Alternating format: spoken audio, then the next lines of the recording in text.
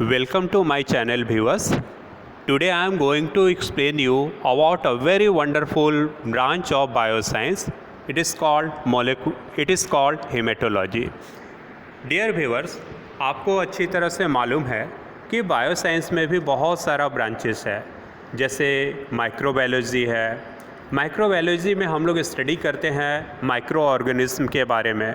तो micro organism के अंदर बैक्टीरिया आएगा, वायरस आएगा, उसकी स्ट्रक्चर आएगा, उसका शेप आएगा, कौन से डिजीजेस काउज करता है। तो ये सब चीज़ माइक्रोबायोलॉजी में हम लोग स्टडी करते हैं।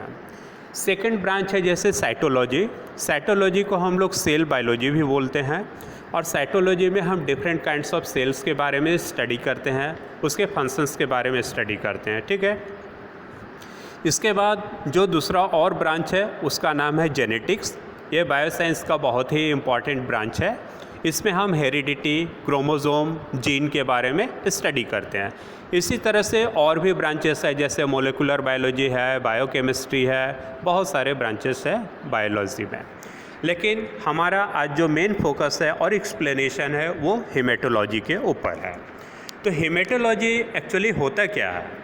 हेमेटोलॉजी को हम study of blood is called haematology. ठीक है। तो ये ब्लड का जो स्टडी होता है उसको हेमेटोलॉजी हम बोलते हैं। और ब्लड, सबसे पहले ये जान लेते हैं कि ब्लड हमारे बॉडी में बनता कहाँ है। ब्लड हमारे बॉडी में बोन मैरो में बनता है। आपका क्वेश्चन होगा कि बोन मैरो है क्या? बोन मैरो स्पॉन्जी मटेरियल होता है। बोन के अंदर आप बोन लीजिए, उसके अंदर देखिए सॉफ्ट मटेरियल होता है, स्पॉन्जी मटेरियल होता है, उसको बोन मैरो बोलते हैं। वहीं पर हमारा ब्लड का फॉर्मेशन होता है, सभी ब्लड का, चाहे आरबीसी हो, डब्ल्यूबीसी हो, प्लेटलेट्स हो। तो आपका क्वेश्चन ये भी होगा, सर बोन मैरो भी दो तरह का होता है, इसका भी 2 काइंड्स है, एक येलो बोन मैरो है, एक रेड बोन मैरो है। तो किस बोन मैरो में जो है कि ब्लड का फॉर्मेशन होता है? तो जो रेड बोन मैरो है उसी में ये सभी डिफरेंट काइंड्स ऑफ ब्लड का फॉर्मेशन होता है, चाहे आरबीसी हो, डब्ल्यूबीसी हो या प्लेटलेट्स हो। दूसरी काइंड्स ऑफ बोन मैरो है येलो बोन मैरो, और इसमें किसी ब्लड का फॉर्मेशन नहीं होता और ये फैट का बना होता है। क्लियर है? अब ये जानते हैं कि हेमेटोलॉजी में ब्लड के बारे में स्टडी करना है तो ब्लड का कंपोनेंट क्या है, कंपोजिशन क्या है, ब्लड कितने पार्ट से बना होता है। तो dear viewers, blood is made up of 2 parts. One is cellular part, another one is liquid part. तो सेलुलर पार्ट ब्लड में कितना होता है? सेलुलर पार्ट 45% होता है और लिक्विड पार्ट 55% होता है। तो लिक्विड पार्ट में आप स्टडी करेंगे, सीरम का स्टडी करेंगे, प्लाज्मा का स्टडी करेंगे। ठीक है। लेकिन 1 by 1 एक्सप्लेनेशन हम करेंगे। First of all I will explain you about cellular part of blood. तो cellular part it consist of 3 parts. Cellular part जो है ये 3 पार्ट्स में फर्दर डिवाइडेड होता है। ठीक है। फर्स्ट पार्ट है आरबीसी, सेकंड पार्ट है डब्ल्यूबीसी और थर्ड पार्ट है प्लेटलेट्स। तो आरबीसी का फुल नेम क्या होता है? आरबीसी का फुल नेम होता है रेड ब्लड सेल्स। ठीक है। आरबीसी का जो फुल नेम होता है वो है रेड ब्लड सेल्स, और डब्ल्यूबीसी का फुल नेम होता है वाइट ब्लड सेल्स। ठीक है। तो यहाँ हम डिटेल में स्टडी करेंगे कि आरबीसी का जो फुल नेम है रेड ब्लड सेल होता है, इसका साइंटिफिक नेम भी होता है। तो आरबीसी का साइंटिफिक नेम एरिथ्रोसाइट होता है, और लाइफ स्पैन 120 डेज़ होता है। इसका मतलब है कि आरबीसी हमारे बॉडी में 120 डेज़ तक ही जिंदा रहता है, सरवाइव करता है, not more than that. RBC में एक कलर पिगमेंटेशन पाया जाता है, उस कलर पिगमेंट का नाम है हीमोग्लोबिन। ठीक है। तो हीमोग्लोबिन के कारण ही आरबीसी का कलर रेड होता है। आरबीसी का आइडेंटिफिकेशन क्या है? आप आरबीसी को कैसे आइडेंटिफाई करोगे? आरबीसी बाई कॉन्केव शेप का होता है। आरबीसी का जो मोलिकुलर वेट होता है ये 65,000 ग्राम पर मोल होता है। आरबीसी और डब्ल्यूबीसी में डिफरेंसेस क्या होता है? एक तो है कि आरबीसी में हीमोग्लोबिन होता है, लेकिन आरबीसी में न्यूक्लियस एब्सेंट होता है, लेकिन डब्ल्यूबीसी में न्यूक्लियस होता है। तो डब्ल्यूबीसी के बारे में बाद में स्टडी करेंगे। तो सबसे पहले ये समझ लेते हैं कि आरबीसी में न्यूक्लियस एब्सेंट होता है। ये इन्फॉर्मेशन आरबीसी के बारे में था। अब थोड़ी इन्फॉर्मेशन हीमोग्लोबिन के बारे में भी ले लेते हैं, जो कि कलर पिगमेंट है आरबीसी का। हीमोग्लोबिन 2 पार्ट से मिलकर बना होता है। It is made up of 2 part. First of all is one part is called haem, another part is called globin. तो हीम मीन्स क्या होता है? हीम मीन्स आयरन होता है एंड ग्लोबिन मीन्स प्रोटीन होता है। तो it is clear that haemoglobin is made up of 2 parts. 2 part से हीमोग्लोबिन बनता है, आयरन और प्रोटीन से। अब शॉर्ट में हम हीमोग्लोबिन को HB भी बोलते हैं, ठीक है। तो HB जो हीमोग्लोबिन का जो वैल्यू होता है वो वेरी करता है मेल फीमेल दोनों में। तो नॉर्मल वैल्यू जो HB का होता है वो मेल में 13.8% से लेकर 13.8 से लेकर 17.2 ग्राम पर डेसीलीटर होता है। और हीमोग्लोबिन का नॉर्मल वैल्यू फीमेल में कम होता है और इसका परसेंटेज होता है 12.1 to 15.1 ग्राम पर डेसीलीटर, ठीक है। बहुत लोगों की ऐसी धारणा है कि हीमोग्लोबिन अगर बहुत ज़्यादा होगा तो उनका हेल्थ के लिए बहुत अच्छा होगा। नहीं, ये मिसकंसेप्शन है। अगर हीमोग्लोबिन नॉर्मल वैल्यू से ज़्यादा है तो थिकनेस होगा, ब्लड में थिकनेस होगा और वो कॉज करेगा, हार्ट अटैक कॉज करेगा और स्ट्रोक, है ना, लोगों को स्ट्रोक होगा और हार्ट अटैक होगा। तो हीमोग्लोबिन का ज़्यादा होना भी ठीक नहीं है नॉर्मल वैल्यू से। हीमोग्लोबिन अगर नॉर्मल वैल्यू से कम होता है तो ये क्या कॉज करता है? ये एनीमिया कॉज करता है। तो एनीमिया भी बहुत डिफरेंट काइंड्स का होता है, बट आप इतना समझ लीजिए कि हीमोग्लोबिन का लैकनेस से एनीमिया होता है और इंक्रीज अगर होता है तो ये ब्लड को थिक करता है, जिससे हार्ट अटैक या स्ट्रोक होता है, ठीक है। अब जो आपने स्टडी किया कि ब्लड में 2 पार्ट्स होता है, सेलुलर पार्ट और लिक्विड पार्ट। फिर आपने ये स्टडी किया कि सेलुलर पार्ट 3 पार्ट्स में डिवाइड होता है, आरबीसी, डब्ल्यूबीसी, प्लेटलेट्स। तो मैंने आरबीसी का एक्सप्लेनेशन अभी किया, अब डब्ल्यूबीसी का मैं एक्सप्लेनेशन करने जा रहा हूँ। तो व्यूअर्स, डब्ल्यूबीसी का फुल नेम है वाइट ब्लड सेल। इसका साइंटिफिक नेम है ल्यूकोसाइट और इसका स्पेलिंग वेरी करता है, but both the spellings are correct. WBC का जो नॉर्मल वैल्यू होता है किसी स्वस्थ आदमी में 4500 to 11,000 पर माइक्रोलीटर, ये नॉर्मल वैल्यू है।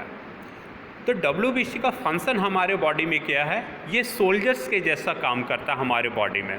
सोल्जर्स का क्या काम है? प्रोटेक्ट करना। तो ये हमारे बॉडी को प्रोटेक्ट करता फॉरेन बॉडीज से। तो आप बोलेंगे सर ये फॉरेन बॉडीज़ होता क्या है? यहाँ फॉरेन बॉडीज़ से मतलब है बैक्टीरिया, वायरस, ठीक है, जर्म्स, इसको यहाँ पर फॉरेन बॉडीज़ बोला गया है। तो फॉरेन बॉडीज से डब्ल्यूबीसी प्रोटेक्ट करता है हमारे बॉडी को सोल्जर्स के जैसा। देखिए, डब्ल्यूबीसी अगर नॉर्मल वैल्यू, जो नॉर्मल वैल्यू लिखा हुआ अगर उससे इंक्रीज करता है, आप ब्लड टेस्ट कराने गए और अब आपको मालूम हुआ कि आपका डब्ल्यूबीसी का नंबर जो है कि हाई है, नॉर्मल वैल्यू से ज़्यादा है, इसका मतलब आप समझ लीजिए कि आपके बॉडी में फॉरेन बॉडीज़ का अटैक हुआ है। फॉरेन बॉडीज़ मीन्स बैक्टीरिया और वायरस का बॉडी में आपका अटैक हुआ है, ठीक है। तो इससे क्या हुआ? डब्ल्यूबीसी का नंबर बॉडी में आपका बढ़ गया। जैसे कभी भी वार होता है किसी 2 कंट्री में या मोर देन 2 कंट्रीज़ में, तो आप क्या देखते हैं? सोल्जर्स का नंबर बढ़ जाता है। तो इसी तरह से अगर कोई फॉरेन बॉडीज़ हमारे बॉडी में अटैक करता है तो डब्ल्यूबीसी का नंबर बढ़ जाता है। और आप ब्लड टेस्ट कराओगे तो डब्ल्यूबीसी का नंबर अगर बढ़ा है, ये सोल्जर्स का नंबर बढ़ा है, तो इसका मतलब है फॉरेन बॉडी का अटैक हुआ आपके बॉडी में है, ठीक है। और अगर मान लीजिए डिक्रीज करता है डब्ल्यूबीसी, नॉर्मल वैल्यू से डिक्रीज करता है, तो इसका मतलब ये है कि वो पेशेंट, वो पर्सन जो है HIV से सफ़र कर रहा है या उस पर्सन का बोन मैरो डैमेज हो गया है। जहाँ ब्लड का फॉर्मेशन होता है वो बोन मैरो डैमेज हो गया, इसीलिए डब्ल्यूबीसी का परसेंटेज जो है बॉडी में कम हो जाता है, ठीक है। तो viewers, I think that till here you must have understood. Now just I am going to explain you about different kinds of WBC। देखिए WBC को हम 5 काइंड्स में डिवाइड करते हैं। WBC is further divided into 5 kinds. तो जो first kind है ये है न्यूट्रोफिल। इसका स्ट्रक्चर कैसे होता है वो भी मैं दिखाऊंगा। इनका आइडेंटिफिकेशन होता है मल्टी लोब्ड। WBC का जो फर्स्ट काइंड है ये है न्यूट्रोफिल और इनका आइडेंटिफिकेशन होता है multi lobed. Multi lobed means इसमें बहुत सारा न्यूक्लियस होता है। जस्ट मैं आपको दिखा दे रहा हूँ, ठीक है। तो यहाँ तो शायद हमारे पास अभी वो स्लाइड नहीं है, लेकिन मैं इतना बता दे रहा हूँ कि एक सर्कुलर सेल का स्ट्रक्चर होता है और उसमें मल्टी लोब्ड मतलब मोर देन 2 न्यूक्लियस होता है। 3 होगा, ठीक है, 5 होगा। इस तरह से मल्टी लोब्ड स्ट्रक्चर आप वो सेल में देख सकते हैं जब आप माइक्रोस्कोप से देखेंगे तो, ठीक है। तो न्यूट्रोफिल का फंक्शन क्या होता है? तो न्यूट्रोफिल ये WBC का काइंड है और इसका मेन फंक्शन होता है ये बैक्टीरिया को किल करता और डाइजेस्ट करता। बैक्टीरिया या फंगी अगर हमारे बॉडी में अटैक करता है तो बैक्टीरिया और फंगी को क्या करता है ये न्यूट्रोफिल वो किल करता है, ठीक है। इसका आइडेंटिफिकेशन मैंने आपको बता दिया। इसका आइडेंटिफिकेशन मैंने बताया न्यूट्रोफिल का, ये मल्टी लोब्ड होता है, इसमें बहुत न्यूक्लियस होता है और बाइलोब्ड ये लिखा हुआ है, बाई मिस्टेक ये हो गया है। Second kind of WBC is eosinophil. इसका आइडेंटिफिकेशन होता है ये बाइलोब्ड होता है। न्यूक्लियस के अंदर ये 2 ठो इसमें सेल के अंदर में 2 न्यूक्लियस होगा, ठीक है। WBC में ये बाइलोब्ड है, बाई मीन्स 2 न्यूक्लियस होगा और इससे हमको मालूम चल जाता है कि ये यूजनोफिल है। इसका नॉर्मल वैल्यू क्या है? तो इसका नॉर्मल वैल्यू 1 to 4% है, जबकि न्यूट्रोफिल का वैल्यू क्या है? Normal value 50 to 70%। अगर यूजनोफिल इंक्रीज करता है हमारे बॉडी में तो क्या रीज़न है? मान लीजिए आप ब्लड टेस्ट कराने गए और आपका यूजनोफिल इंक्रीज कर गया, जो नॉर्मल वैल्यू 1 to 4% है उससे इंक्रीज कर गया, तो आप बिल्कुल समझ लीजिए कि आपको एलर्जी है या अस्थमा, ठीक है। आपको एलर्जी है या अस्थमा और उसी केस में यूजनोफिल इंक्रीज करता है और जब यूजनोफिल इंक्रीज करता है तो उसको टर्म, एक साइंटिफिक टर्म दिया जाता है जिसको बोलते हैं यूजनोफिलिया, ठीक है। उसको यूजनोफिलिया बोलते हैं, ठीक है। और इसका फंक्शन क्या होता है यूजनोफिल का? ये पैरासाइट को किल करता और कैंसर सेल को किल करता है, ठीक है। चलिए next kind of WBC explain कर देते हैं। नेक्स्ट काइंड ऑफ एक्सप्लेनेशन कहाँ से?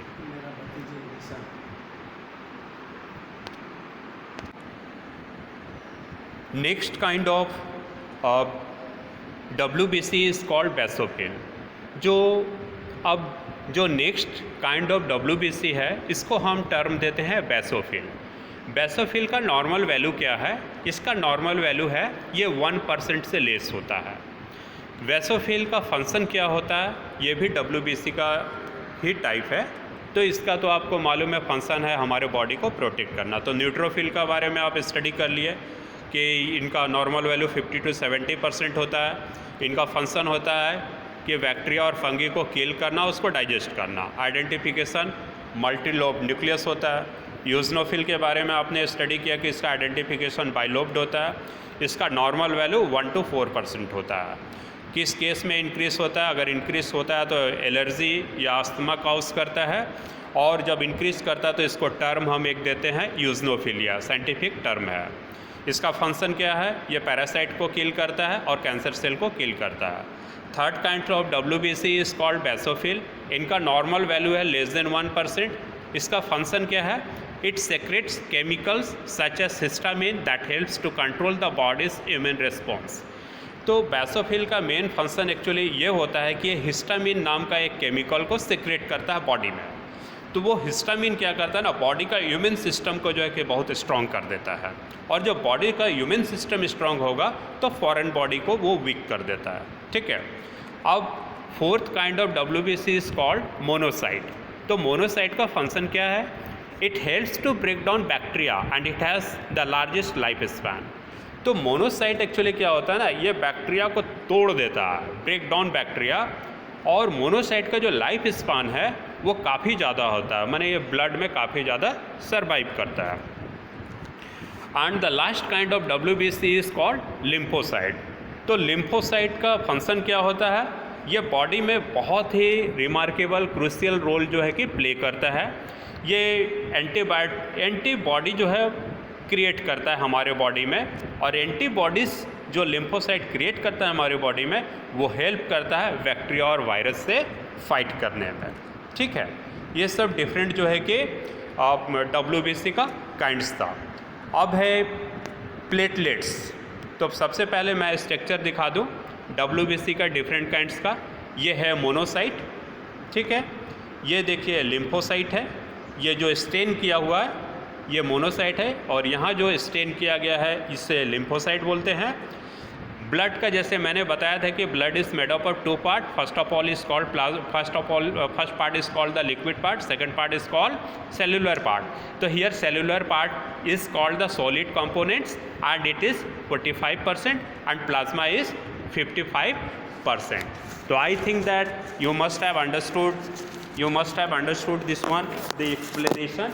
Okay, and another kind of blood is also left, that is called platelets.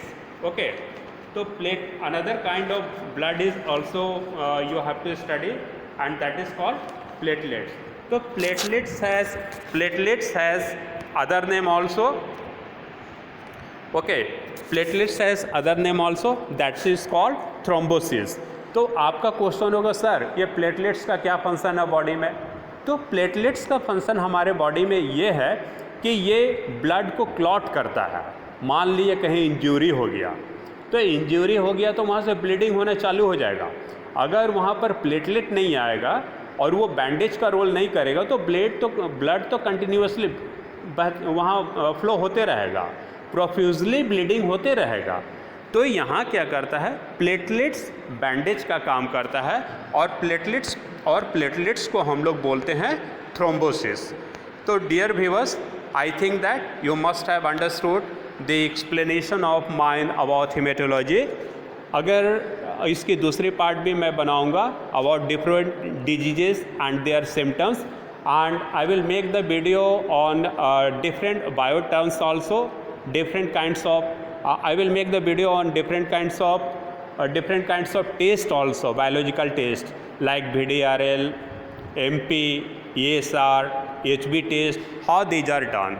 So dear viewers, please you like my video and subscribe my channel. Thank you, have a nice day.